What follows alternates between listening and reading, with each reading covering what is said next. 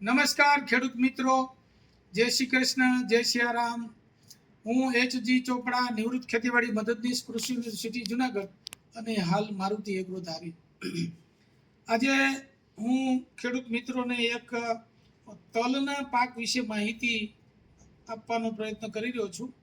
ધારી તાલુકાની અંદર મોટાભાગના ખેડૂતોએ જેને પાણીની પિયતની સગવડ છે એવા બધા ખેડૂતોએ ઉનાળુ મગ અને તલના પાકનું વાવેતર કર્યું છે.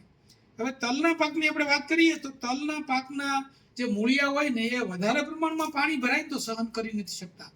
એટલે ખેડૂત મિત્રોએ તલના પાકની અંદર પાણી ન ભરાઈ રહે ને એની ખાસ કાળજી રાખવી જોઈએ. જેનાથી પાણી ભરાઈ રહેવાથી તલનો પાક છે ને પીળો પડી અને સુકાઈ જાય છે.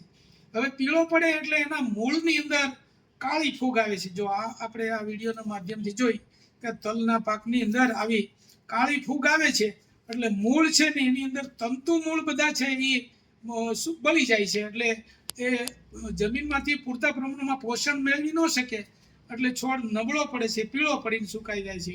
એટલે પહેલું કામ તો ખેડૂત મિત્રો એ કરવાનું હોય કે તલના પાકની અંદર ક્યારાની અંદર પ્રમાણમાં ઓછું પાણી ભરાય, પાછળના ભાગે પછાટે પાણી ઓછું ભરાય એની કાળજી લેવી જોઈએ. અને ક્યારાની લંબાઈ બહુ ઝાઝી ન રાખતા, માની લો કે 180 ફૂટ 100 ફૂટ જેટલા લાંબા ક્યારા બનાવવા જોઈએ, એનાથી વધારે લાંબા ક્યારા પણ ન બનાવવા જોઈએ.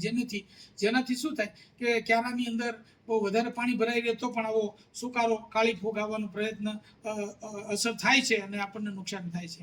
હવે માની લો કે આવું બન્યું, છોડ સુકાવા મળે તો આપણી પાસે આ જે રેવા કંપનીનું છે ને એઝોક્સિસ્ટ્રોબિન અને ટેબુકાના બેનું કોમ્બિનેશન છે. આનો 30 મિલી પ્રમાણે છંટકાવ કરવાથી એનું સારું એવું રિઝલ્ટ મળે છે. બીજું આપણી પાસે રેવા કંપનીનું ફૂફાડો છે. એ ફૂફાડોની અંદર એ કાળી અને સફેદ બંને ફૂગનું જોરદાર અને અસરકારક નિયંત્રણ કરે છે. એની અંદર ડાયફેનાકોનાઝોલ ટેકનિકલ છે અને એ 25 મિલી પંપમાં નાખીને છંટકાવ કરવાથી પણ કંટ્રોલ સારો થાય છે. આમ છતાં મૂળની અંદર